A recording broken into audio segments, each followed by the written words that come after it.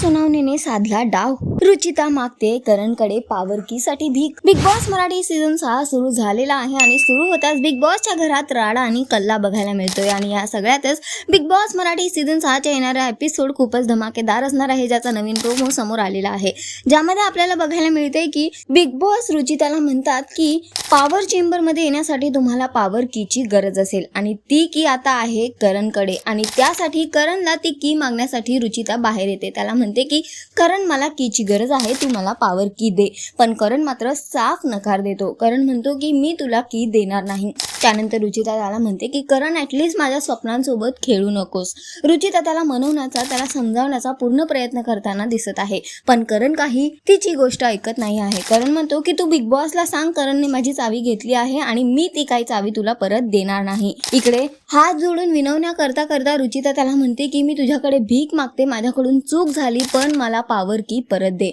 पण करण तिला म्हणतो की मी पॉवर की तुला परत देणार नाही।